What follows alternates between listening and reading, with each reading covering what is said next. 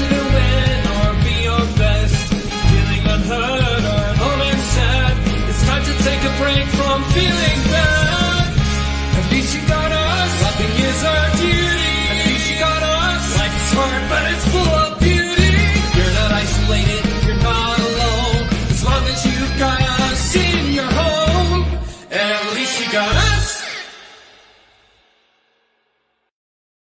Sup, South Africa, and welcome to At Least You Got Us, Season 3, Episode 2. This is indeed the highlight of my day, and I hope it is for you guys too, because why, my goodness, what a rough day. But now we're here. And so, James. Hey, James. Yay! Where's your... Hi. Unfortunately, the day was too rough for Matt. I think he's lying dead in a gutter somewhere.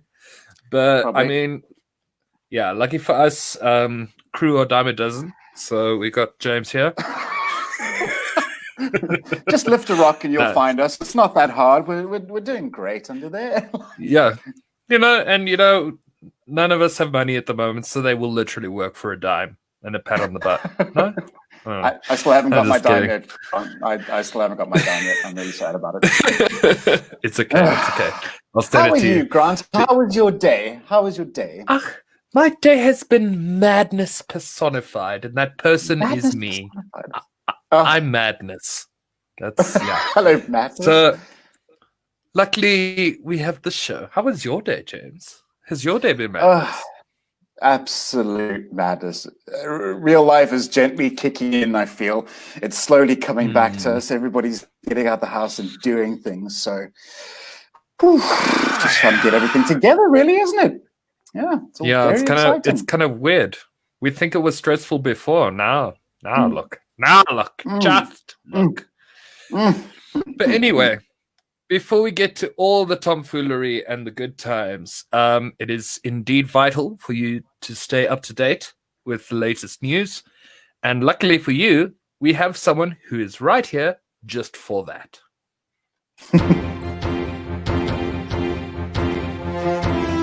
And now, the news with Doug.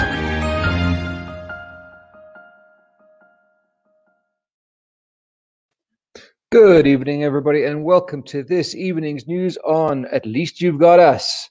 That's right, that is the new name for the show, and it is 7:02. I'm Doug, your host, and we will start, as always, with the latest statistics coming out of the COVID pandemic.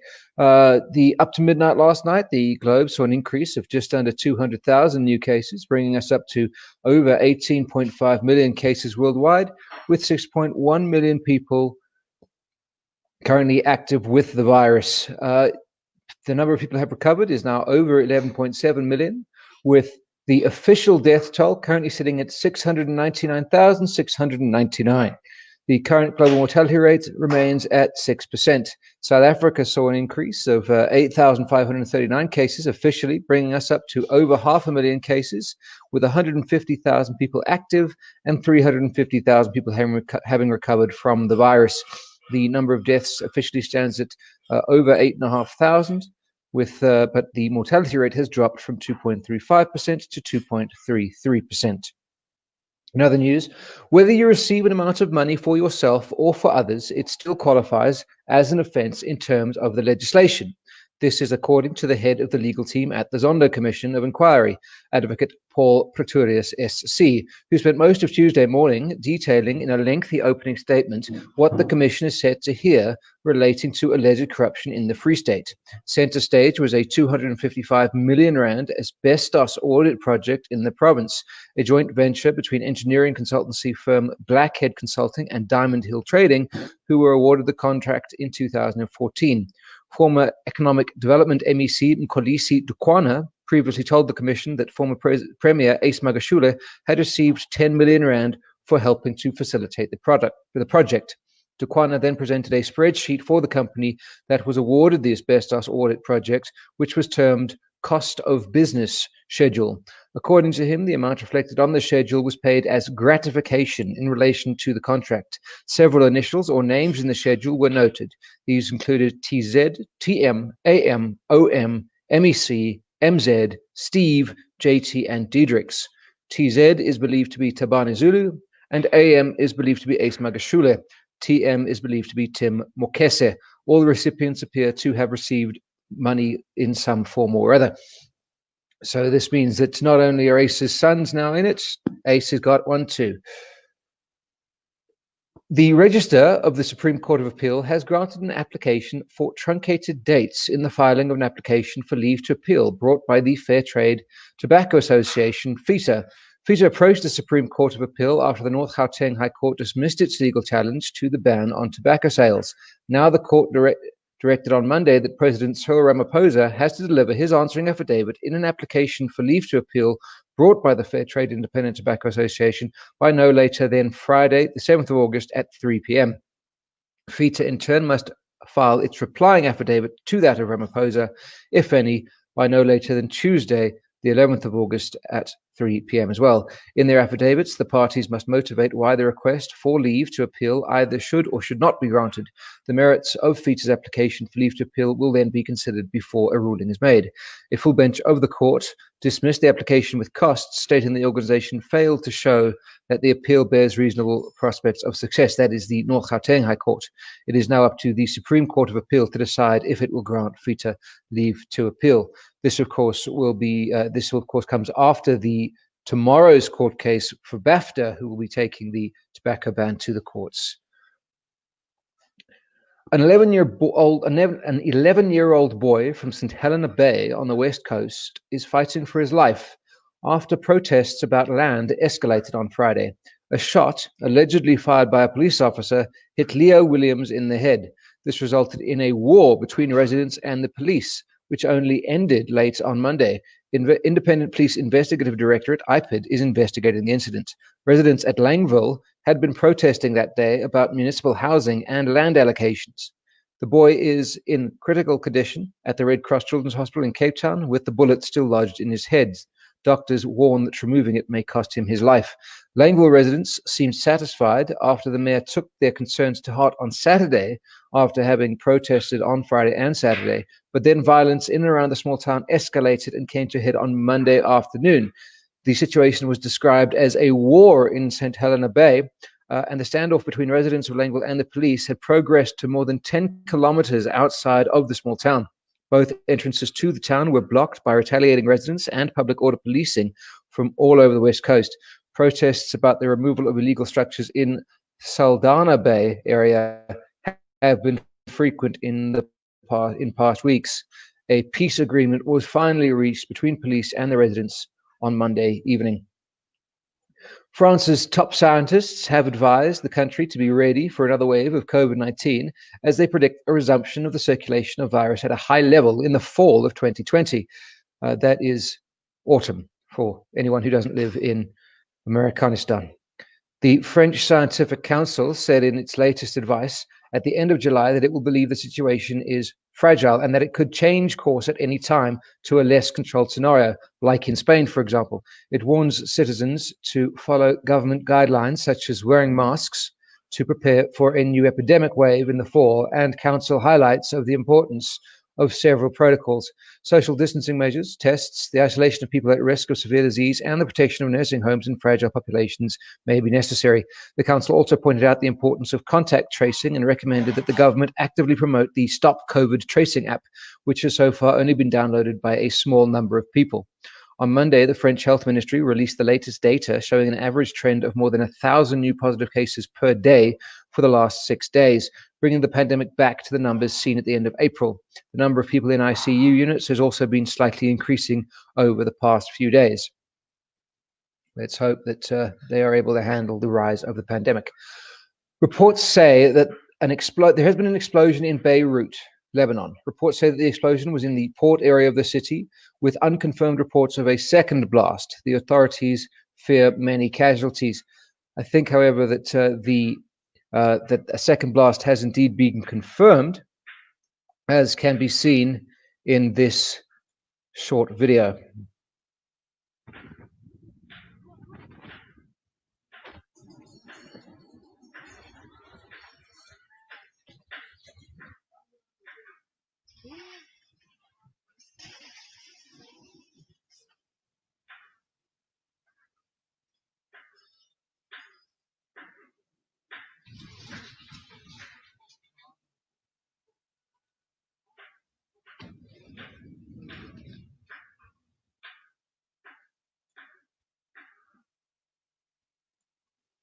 The second blast is believed to have been the result of an explosion at a fireworks factory. The explosion comes on as a UN tribunal is due to issue a verdict in the trial of 4 suspects in the murder by car bomb of Hariri. All 4 members are of the Iranian-backed Hezbollah group, which has consistently denied any role in Hariri's death. The verdict is due on Friday. The possible second explosion was reported to be at the Hariri residence in the city, but is now believed to have been at a fireworks depot. Lebanon's health minister has spoken of many injuries and extensive damage. It is believed that several thousand have been injured. Local media has shown people trapped beneath the rubble, and a witness has described the first explosion as deafening. The cause of the blast is not yet clear. The latest reports came amid political tension in Lebanon, with street demonstrations against the government's handling of the worst economic crisis since 1975 to 1990 civil war. And finally, a Lithuanian man who disappeared in Britain almost 5 years ago and became the subject of a murder inquiry has been found living in dense undergrowth. Ricardus Pissis was last seen on Saturday, September 26, 2015, while working for a fruit and vegetable producer in Cambridgeshire, Eastern England. Concerns were raised when the then 35-year-old failed to turn up for work the following Monday. By the November of that year, a murder investigation was launched. But on Monday, police revealed that the complete mystery had been solved after Pissis was found living in a wooded area in the town of Wisbech. He was very well concealed after deliberately hiding and not speaking with anyone for some time, police said. Officers believe that the man, who they say is now safe, may have run away after becoming the victim of an exploitation scheme. A statement issued by Cambridgeshire Constabulary revealed that the missing man was found on July 1st, but that the news was only just brought to light because of the efforts to protect him and put safeguarding measures in place. Detective Chief Inspector Rob Hall from the Bedfordshire, Cambridgeshire and Hertfordshire Major Crime Unit said in a statement that for almost 5 years, Ricardus' disappearance had been a complete mystery until they received information at the end of June, which led to them finding him. Police are working with Mr. Piscis to ensure that he is safe. And that is all the time we have for the news. So back to the studio.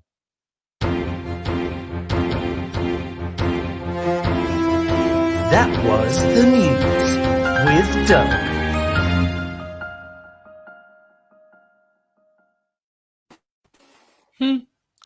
Hello, everybody. Hey, Dougie. Hello, Doug. How goes it? So, How goes it? Good.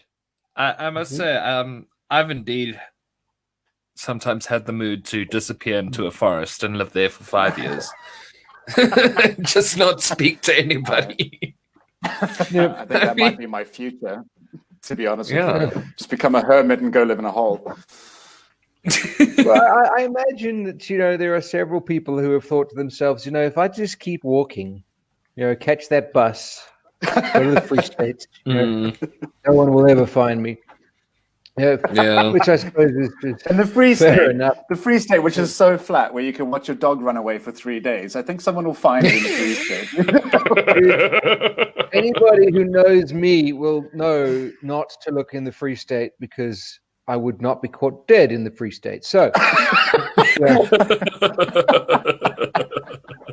some people enjoy the Karoo, I do. I mean, we don't exactly have woods to hide in around here, do we? So, some people enjoy getting tattoos. Some people enjoy getting piercings. Some people enjoy BDSM. They're not for me personally, but I don't judge you for liking them. Right? Okay. Not even BDSM. Okay, cool. Not even BDSM. Yeah. Now we know. It seems to me though that he was getting kind of blackmailed or something, and in order to get away, he went and hid in a forest. So good for him. I suppose it's one way of handling things. It's certainly a better way of handling things than blowing up a fireworks factory. That's for sure. That's crazy for me. Like, how many fireworks factories blow up in the world? Because that also happened in China a few years back, didn't it? There was an explosion in China. I mean, I suppose they are dealing with gunpowder, but because it was the second blast in the day, and because of suspect. the pending verdict of these Hezbollah members, I think that it's a little bit a little bit Yeah. suspect as to exactly what's going on. And I mean, if you're going to blow up a building, right, why not choose a place that's already full of gunpowder? Yeah, Yeah. it's like I mean, a free bomb. you Really? don't really It's like have to do very that much Game of work. Thrones. Yeah. Yeah. And was really interesting for me, like, I mean, yes, it is devastating and it is horrible, but just watching that video, it was like seeing the shockwave, like from the explosion. You can't believe how correct movies get it. Like, that honestly looks like an atomic blast. It was so scary. I can't imagine what it's like living there. I think, I mean, what you must take into account is that a lot of movies, the early movies at least, did use real explosions.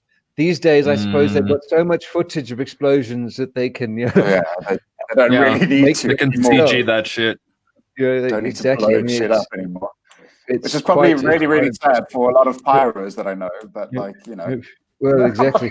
But I did enjoy. I was watching a film with Mark Wahlberg and Will Ferrell, called The Other Guys, where they are playing two cops, and they get caught in an explosion, and it blasts them to the ground, and they're screaming, yelling, "I yell bullshit! I yell bullshit! How do people in movies just walk away from these explosions? It hurts so much."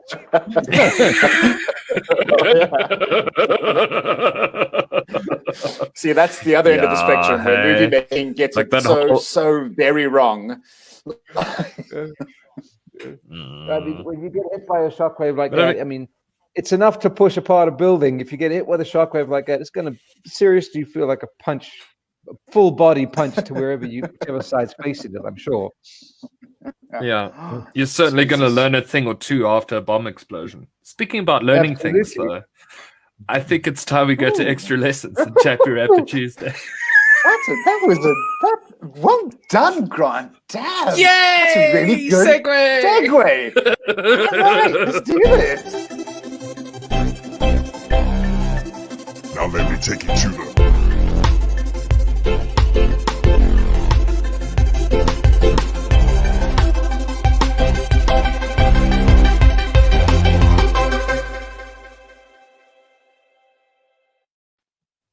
Welcome to Chappie Wrapper Tuesday with me, Granty McBoobface. And yes, I'm going to bring you the latest and coolest facts you never knew. I mean, well, you might know them. I don't know. But if you do, or if you don't, feel free to comment and let us know. So yeah, the first Chappie Wrapper fact that I have today is, believe it or not, but the longest living insect is the termite.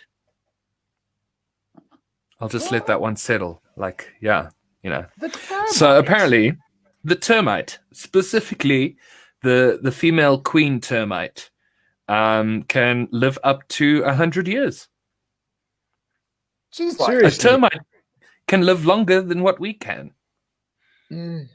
Well, there are some people who have lived longer than 100 years. Yeah, that's true. And That's true. personally, I see a termite, I stand on it. So I suppose, Wow. Okay, and that's your bonus fact for today, ladies and gentlemen. When Doug sees a termite, he stands on it. So Annika reckons the termite lives so long because of spite. And yeah, I can totally get that. Out of anger. They're just nasty-looking creatures, eh? So the queen will live for 100 years, and I mean, I'm guessing it'll still be giving birth up until the 100th year. Can. Hectic, yeah. Hey. That's an old-ass animal. Life. I mean, it's not as old as the clam, which was clocking at 500. Can you imagine the menopause? It's not as old as our clam, but that's still quite impressive for something so small. That shouldn't necessarily be alive for that long. Because most insects and stuff, they have a very short lifespan. Like a fly lives for like a week, or a butterfly, some butterflies get born and then die the very next day. And there's these guys, these nasty ass, ugly little motherfuckers living for 100 years. You ain't got rid of us yet. Stephanie, is I sincerely hope not. No, we really hope not, Stephanie. Jeez, like we hope not. Oh God, if this goes on for another however many hundreds of years. No. All right, what else have we got? No. Yeah. Let's change our thoughts. Let's change to happier thoughts. So, naps can save your life. Yes, people. Studies have found that those who regularly nap were found to be 37% less likely to die from a heart attack or other coronary ailment than those who work straight through the day. So, excuse me. There you have it. You have permission from At Least You've Got Us to tell your boss to go screw himself and take a nap at the office. Maybe We will don't take tell the him flak to for it. himself, but just take a nap. I mean, let's be fair, the Spanish do this, siesta. Yeah. I mean, so yeah, perhaps we need to like introduce a global siesta to the world. I am all for Matt naps. does this. Matt does this every single day. Whenever I call him, he's just woken up from a nap going. Yeah. If he's So not we know Matt's cucking me not gonna out for disturbing him from his nap. Yeah. So if he does get a heart attack, Grant, it's actually going to be your fault that Matt gets a heart attack because he's lost his 37% from nappy time. Oh, Maddie nappy time. Matty Ooh, nappy time. Yeah, so take naps. They're good for you. Now, my next fact, and my penultimate one, it's easier to make a decision if you think the topic over in a foreign language. I assume this is obviously a foreign language that you know, not like a completely foreign language, because it would be impossible to think in Mandarin if you don't know Mandarin. But I mean, this kind of makes sense to me. Apparently, it has something to do with the switching over, like removes you from the situation emotionally. And from that, it provides some perspective. That's at least what the article said. I think that it's very likely that it's just so difficult thinking in the other language. It's like, fuck it, I'll do it. I mean, it's possible. Or I won't, depending.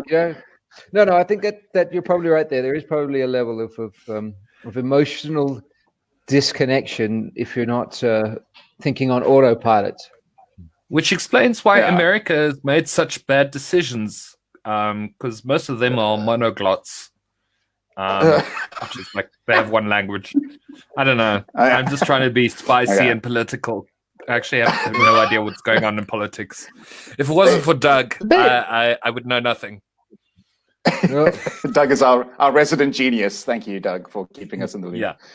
Do you think this works? Could you use like Sim Talk or like Charlie Brown talk? Wop wop wop wop wow. If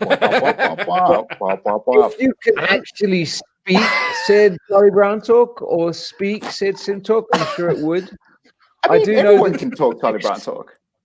I do know that the 6th most spoken language in the United States is Klingon. So I'm sure if you can speak Klingon and you think in Klingon, then yes, same That's basic quite idea. Cool. That's quite amazing. Imagine just like running around thinking in Klingon. Just all this angry word is coming. Yeah, pretty much. Like, guys, what's this? Hello, Peppermint Wah. How are Wah today? What's that? Hello, Peppermint. It's Charlie Brown's voice breaking.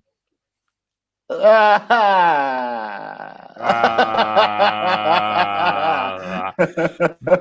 was funny 10 years ago. Anyway, your last Chappie Wrapper fact for this Tuesday. So, believe it or not, but you could probably believe it, the possibility of dying on your way to buy a lottery ticket is higher than actually winning the lottery. And this is why statistics are fun. Well, I'll just let that stink. If you take $100, put in a bottle, throw it into the ocean, fly to China, you're more likely to pick up that bottle with that same $100 than actually win the lotto. Seriously? Yeah. So The chances of actually winning the lottery are very high. Very low. High again. But that doesn't stop the fact that some bugger won 150 million on the Powerball. Right. Yeah. And I still can played still like be a fool, done. man. There is still hope, and none of you will share it, since we learned in the last episodes not too long ago. It's not a 0%. Yeah. It's funny enough, though, the lottery has been called the tax on the poor, voluntary tax on the poor, because it's generally people who are low income who buy lottery tickets. Because when you own a BMW already, why buy a lottery ticket, right? How much is enough, really, is my question to you, Doug. Bill Gates always says $1 more. Yeah, there you go. I see. Yeah, but I mean, it is that thing though. Like, most governments make a lot of money on lottery purchase tickets. It's a good way of tax, really. But it's also another interesting. They have successfully managed to loot the country's pockets. I mean, did you remember a couple of years ago there was the lotto scandal where they were stealing the lottery? I mean, it's we just need to accept that we live in a corrupt nation. Oh well. Honestly, I think we need to start having a corruption fund.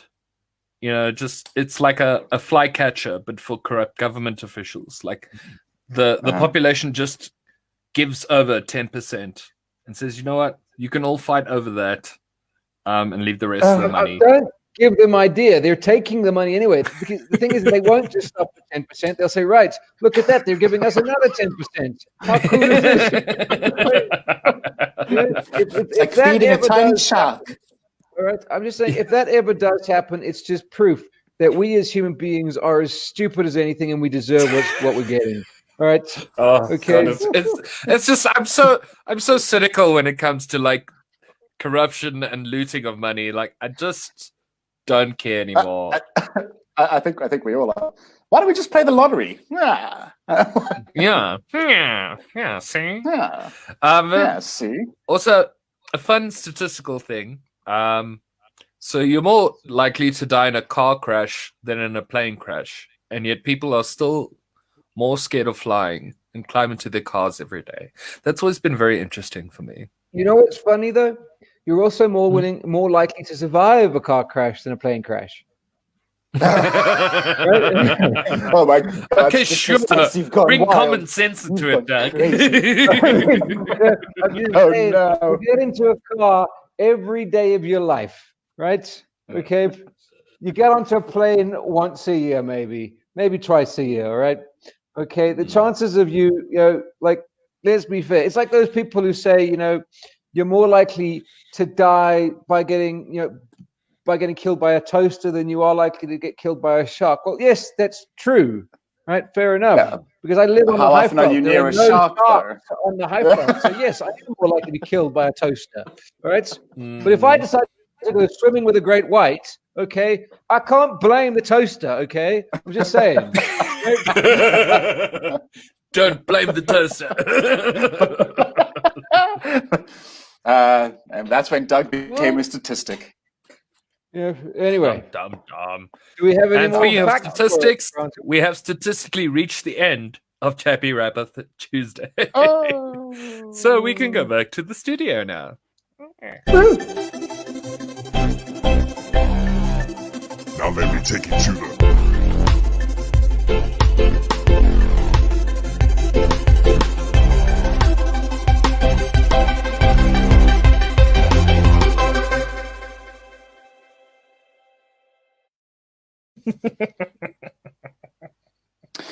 I don't know how long I'm still going to giggle at that for. Being attacked by a shark. Yeah. Shame, Matt. But really, these things that people come up with, it's like, you're more likely to be killed by a cow than a shark. Yes. There are a lot more cows. Right. Doug is a huge fan of statistics, obviously. You love statistics, don't you, Doug? I just seem like a cow shaking you as you're walking down the road. Oh. Oh, I'm gonna go the other way. Me and sharks have an understanding. I stay out of their neighborhood, and they stay out of mine. Eh, that's actually Again. that's actually one of my dreams, is to go swimming with a great white shark. That's definitely like up there on the list. Go free diving with a great white shark. I think that's a great idea. Doug looks very. You got something about that, Doug?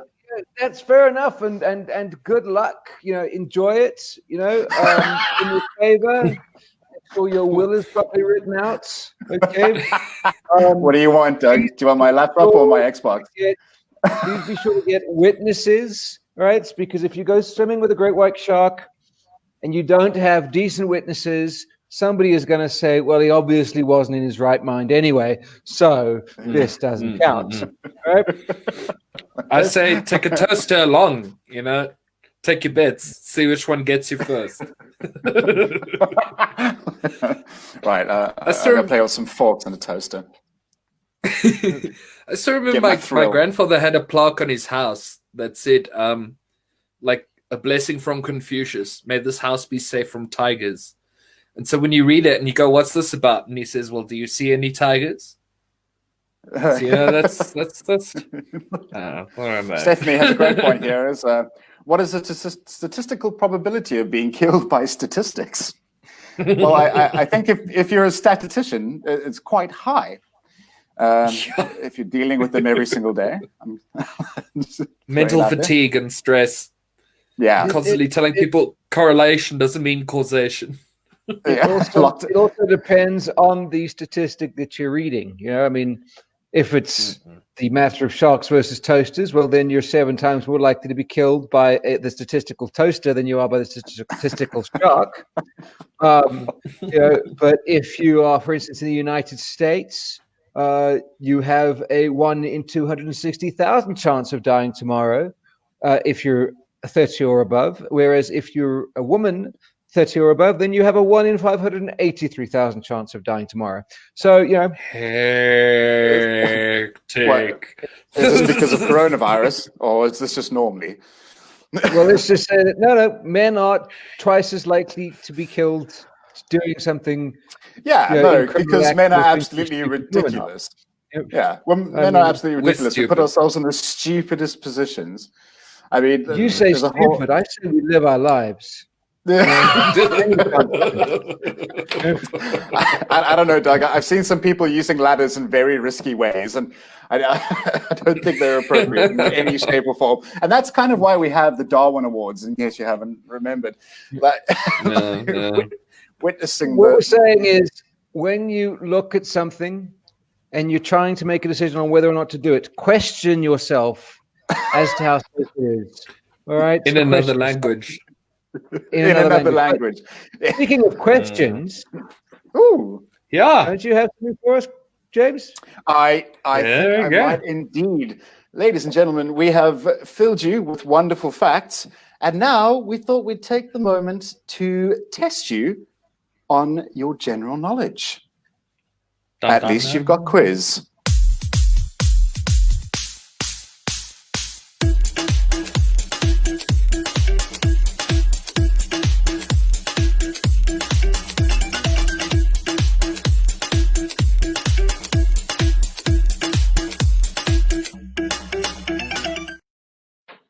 Yes, ladies and gentlemen, welcome to At Least You've Got Quiz.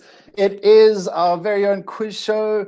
I have provided you with some amazing questions. We will be playing for points. It will be yourself versus our lovely other hosts over here, Doug and Grant. We are playing for points, so please throw in your answers, throw in your comments. They do count, as all points obviously count. We are audited by KPMG, just in case you didn't know that. And moving on to your very first question of your very first At Least You've Got quiz, we have, what is an axolotl? Is it? I know this. Isn't that like, oh no, that's an Ayatollah. Sorry, never mind. Okay. Is it A, a nerve in the brain, B, a drug named after Axl Rose, C, a type of lock, or D, a species of salamander? Let me get my people back into the studio, and Grant, throw us your answer. What do you think it is today, dear sir? What is an axolotl? I'm reckoning like what I thought it was didn't pop up. So I'm going with the species of salamander. A species of salamander. I thought it was a buck. A buck? Yeah. Do you pronounce it axolotl? Or Axolotl. axolotl? Sure, it's not a drug named after Axl Rose. I personally think it might be that. But Yeah, that's I just mean, that's we're just me. saying, I'm the ridiculous quizmaster. What would you Yeah, say, I Doug? have What's your to answer? Well, judging by the fact that everybody else has agreed with Grant on this, I think I'm gonna go with the audience on this one. Right. Okay. So we're not going with. We're gonna go with the independent D. mind. Going with the D. Going with the big old D. Ladies and gentlemen, that is a point for every single person watching the show and in the studio. It is in fact the species of salamander, and there it is, the cute little bugger. Look at him go with his little smile. How adorable is he? Yeah. So our axolotls are they're very special.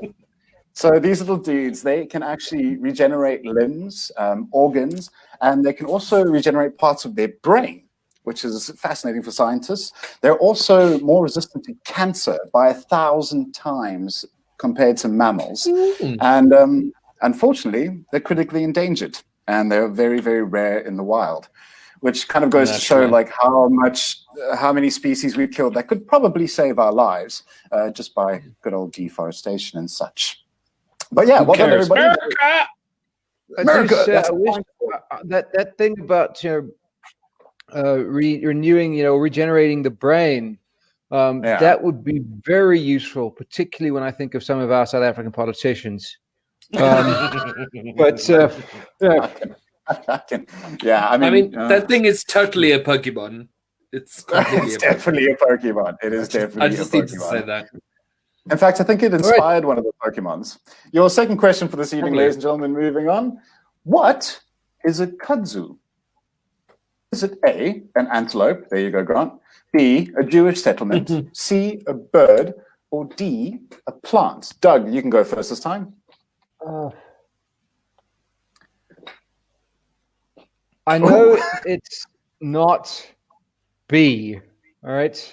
You know it's not B. Okay, cool. Because a Jewish settlement is a kibbutz. Right. Okay. Yeah, okay. So, I guess I will go for a kudzu. I guess I'll go for an antelope. Yeah. All right. Cool. Doug's going to go for an antelope. We haven't heard anything from our audience. I'm going to say. Grant, what have you got? I said bird. A bird. Grant's going for a bird, a kudzu's bird. We're getting some answers in. We've got some strong ones for D. Another good old D. Everyone loves the D. Everyone does love the D. And I believe the audience is absolutely right on this one. It is a plant. In fact, it is a creeping plant. It is used, it mainly grows in Japan. Well done to Stephanie, Casper, Wayne, Iona, and no one else in the studio. It's a plant that's grown in Southeast Asia, in Japan, and it's actually used for the treatment of alcoholism. It is apparently used to reduce symptoms of hangover, including headaches, upset stomachs, and vomiting. Some people use it for menopause, as well as muscle pain, measles, and fever. They also use it to try and promote sweating, which is a weird thing to do. You're saying that this stuff cures hangovers? This stuff cures That's all I'm hangovers, getting from you. apparently. Yeah, that guy. This guy. I found this guy on Google, and he definitely needs some kudzu. He also looks like he could be on Sevenderline. I don't know. Yeah. Look how sad it is in the background. Nice rainy day. Yeah. Right, third question this evening, ladies and gentlemen. Keep your answers coming in thick and fast. Your third question for this evening is: who wrote "Don't count your chickens before they are hatched"? Was it A, Aesop, B, Shakespeare, C, Chaucer, or D, Ben Franklin, being Benjamin Franklin? And Grant, we'll go for you this time. as opposed to. I can't even think of a cool name. I'm going with the D this time. I think. Oh, D big has old been D for Grant. So good for everyone. Big old D. Yeah, big old D. All Nice right. one. Well, I Well, thought let's it go, was. Jeff. I thought it was like the 11th commandment. Thou shalt not kill, thou shalt not steal, thou shalt not count one's chickens before they are hatched. I like that. Should have been, Doug. It really should have been. If you were writing the Bible back in that time, I think it should have been. But I guess I will go with Aesop. Gonna go with Aesop. Hey. We've got one. We have one answer from the Aesop's audience. Fables. Yeah, you've already answered, Grant. No second turns. We do have one from the audience, and that is Colonel Sanders. We have some more coming in. We do. Oh, we have loads. We've got the audience running on the A's, which is amazing. And I feel the points are definitely going to go towards the audience and Doug. It is A, Aesop. Ah, the D has betrayed me. The D has betrayed you again. See, the thing is, we also need to give a bit of a delay because I know from the time that we speak to each other on the studio to Facebook or YouTube, I think there's like a good 10-second delay. So that's probably why the answers are coming in. Yeah. But we do love the answers. And the answers are doing absolutely fabulous. Aesop's Fables, all right. Aesop's Fables. He was obviously a Greek fable writer. He lived between 620 and 560 BC.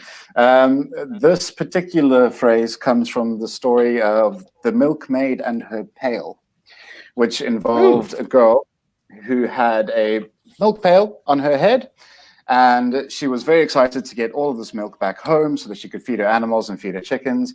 And she unfortunately got so lost in her own mind because once she had fed her chickens and she'd done all that on the farm, she'd be able to say no to all the men that come to her and ask for her hand in marriage, and she'll be self-sufficient and won't need them. And she got so involved in this imaginary dream of hers that she shook her head and her pail fell to the floor, spilling her milk. So the line in the story goes, "Ah, my child," said the mother, "don't count your chickens before they are hatched." And that's where that comes from. Of course, Aesop's Fables. The other obvious lesson here is that young maidens should not try and avoid getting proposals of marriage from young men in ancient Greece. Clearly. Okay, moving on. I mean, this is a bonus round question. Welcome. I'd say carry milk in a bottle and not in a bucket. Yeah, there's that too. Your bonus round question, ladies and gentlemen, this is a fast fire question. I know that we're going to have a delay on 10 seconds. However, this might take our wonderful hosts this evening a while. But your bonus round question, staying in ancient Greece, was how did Kronos defeat his father, Uranus? Uranus, yeah? Uranus. How did Kronos beat his Kronos father? was indeed the father of Zeus, if that helps you. Yes. Kronos was the father of Zeus, and I know that Zeus chopped up his father into little pieces and threw him into Tartarus. Mm-hmm. But how did Kronos defeat his father? He was one of 12 titans. I know what he did. He got his father to fall asleep. He somehow got his father to fall asleep. I love this one. Annika, he released the Kraken. Yes, he released the Kraken. That's unfortunately not the answer, but I wish it was. Because he sided with his mother. Yeah, you're doing good, Doug. Who's Mother Earth, basically. How did he defeat his father? What was the final blow? Oh, I can't remember. They got. What was the final blow to Uranus? Casper. Right. Casper, there was indeed a chopping up involved. If you could chopping up Uranus. Specifically what was chopped up, then I can give you in the audience the points. Probably his head. Probably his head. I mean, the audience is pretty close there. He did not send Cupid and his arrow, Stephanie. No, he did not. Or he ripped his heart out and chopped it up. They're all about ripping out hearts. They are all about ripping about hearts, but they're also all about something else, which I think I'm going to have to give the answer for, and that's a miss on the bonus round for everyone this evening. However, Kronos did indeed castrate his father. And wow. I said that. He chopped off his head. Oh, no, he He didn't say which head, right? Yeah, he did say which head indeed. But this is a picture of Kronos. He's normally imaged with a sickle and generally eating babies because he was terrified of his heir coming to take his throne after having castrated his father Uranus. The story goes he is the son of Gaia and Uranus. And basically, when he had done this, when he had castrated his father, he had separated heaven and earth. And that's the story of Kronos. And you're right, Zeus chopped him up and sided with his mother because Zeus was a secret child who was born in secrecy. Otherwise, Kronos would have eaten him. And Kronos had, of course, already eaten Hades and Hades was Zeus's brother. Yes, Zeus's brother Hades and Zeus's other brother Neptune. Oh, Poseidon were both eaten by Kronos, who were released when Zeus chopped up his father and sent them back into the world. Nice one. All I'm thinking is like, back when the world was new and planet Earth was down on its luck. Okay, that's it. Great. That's all I got. All right. Your next question this evening, ladies and gentlemen. Anemophobia is a fear of what? Anemones. A, animated movies. B, the dark. C, fire. D, wind. And Doug, I believe it's you this time. I think I'm going to go with the dark. The dark.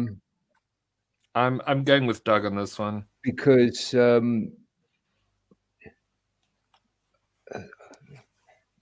anemophobia. Pyrophobia is the fear of fire. Yeah. And I mean, to be fair, I have a fear of certain types of wind, particularly in enclosed spaces. I bet you do, Doug.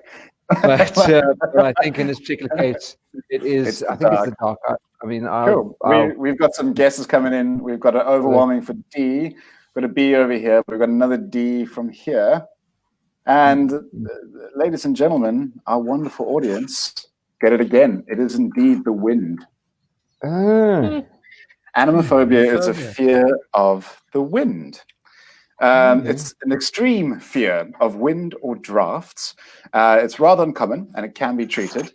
It also follows on from a specific fear that people have of swallowing air, which is called aerophagia.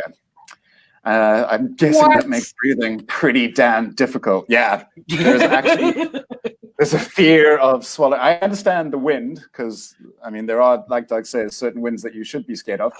But aerophagia? I think the only time that I'd be scared of breathing in air is, if it did involve a fart. There we go. I said it and I don't care. Thank you, Cuthbert, for that anemometer, which measures the wind speed. I will certainly remember that going forward. Nice one. Yeah, that's going to be cool for quiz nights. It's going to be cool for quiz nights. And ladies and gentlemen, your very last question. There is a bonus question after this. But this question, what is the more usual name for Roentgen rays? Is it A, X-rays, B, gamma rays, C, ultraviolet rays, or D, Ray-Ban sunglasses?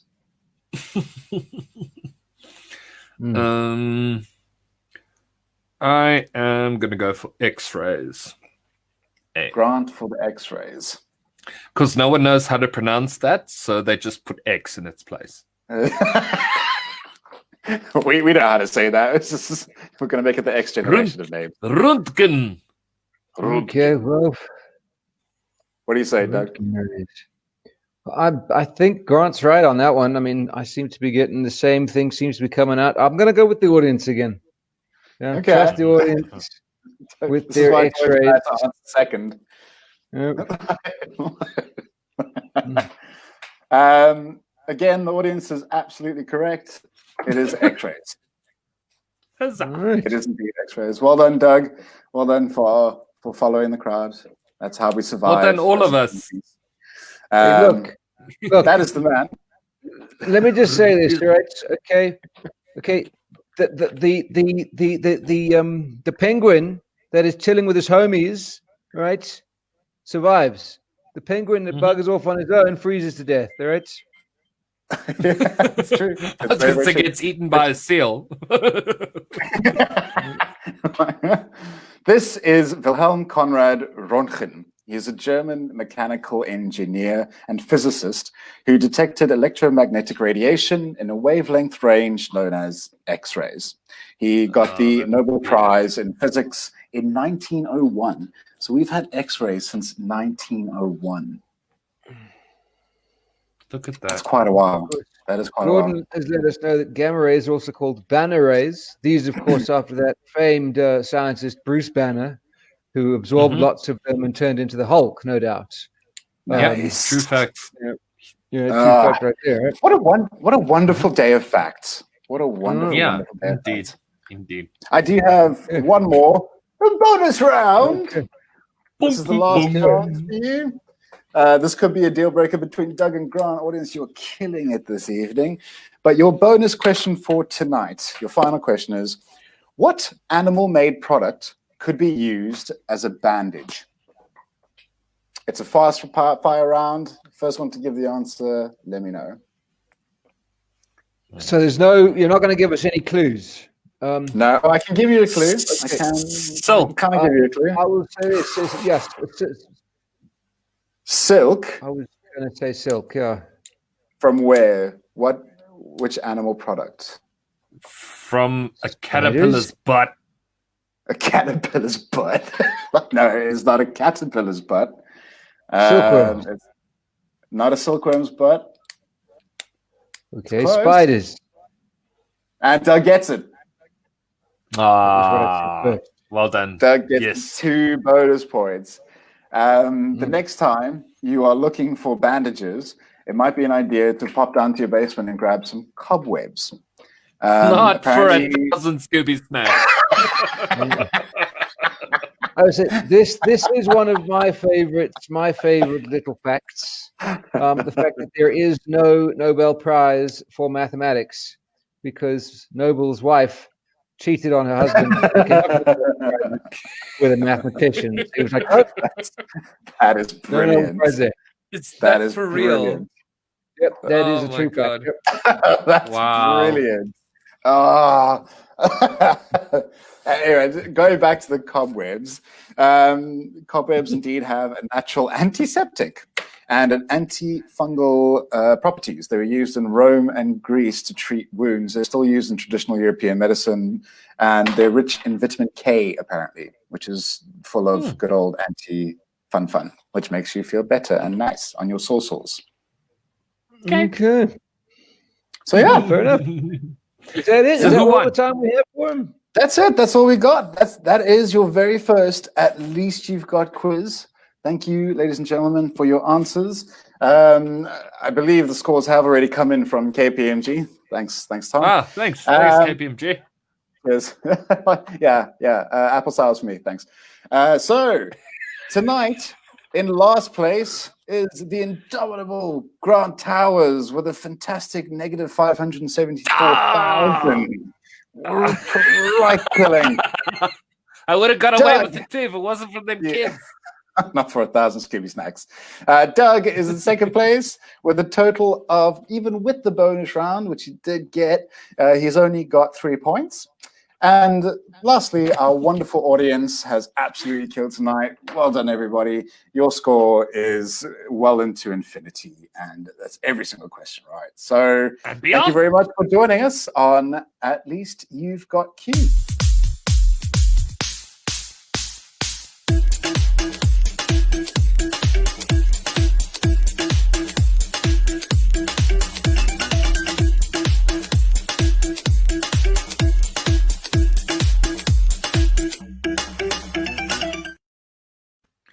Like Leroy's really jiving to that song. He loves it. Honestly, he's putting. He's I like, know that's because you forced LSD down his throat. You can actually see him in the corner. Look at his eyes. He's absolutely tripping Look out. at this. Look at him. he's so happy to be here. He's definitely spazzed. Like, I gotta get the angle right as well. Yeah. Well, thanks, guys. That was great. Thank you very much. Yes, and congratulations to the audience. You did very well in that there quiz. Well done. Yeah. But speaking of spazzed, one group of people that we all know are totally spazzed at the moment, but in a different way, are of course the crew members of the of the theatre world. That's a transition for you. And they're spazzed because they have no money, because there is no work for them because of lockdown. Like, so if you can help them out, the People for Purpose do provide the crew with 1,000 Rand pick and pay or ShopRite vouchers on a month-to-month basis based on the availability of funds to help them get through this difficult time.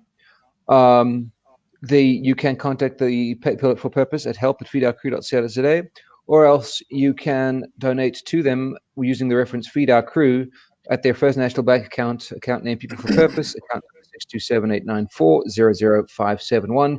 If you can help them in any way you can, would be greatly appreciated. Yeah. Wonderful. And tomorrow night, everybody, is the 5th of August. We've been punting it for the last week. It's happening tomorrow night, or tomorrow day, in fact. Just get your red filters out. Get your banners out, your posts out. We're doing #LightSARed.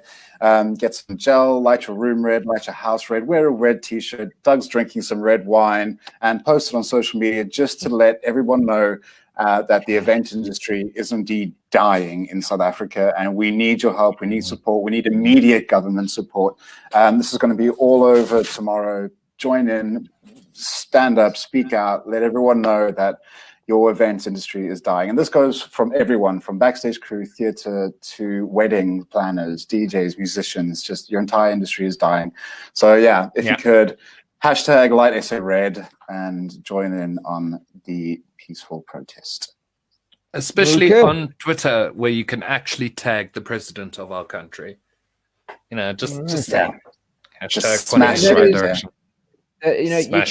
You can tag President Ramaphosa on Twitter. You can also tag the real person in charge, NDZ, on Twitter if you feel like it. We all know the one who's really got the power. Go straight to the manager, I say. Yeah.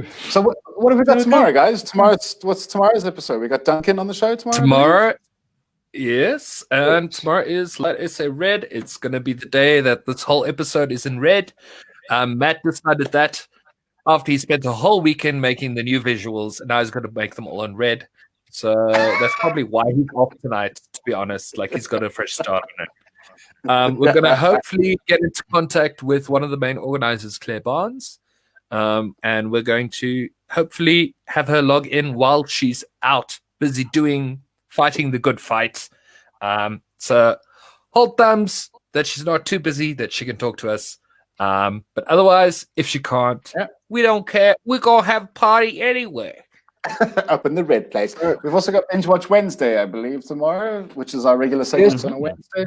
Yes, we have Binge Watch Wednesday. So if you're at a loss of what to watch because, there's just nothing to watch, or conversely, there is way too much to watch and you're just like, I don't know what to choose, which I personally find is a far bigger problem when one's going through Netflix.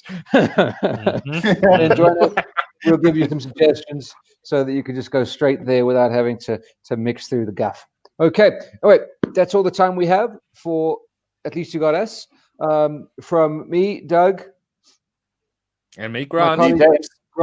And James. And, of course, from Leroy. Stay safe. Stay sane.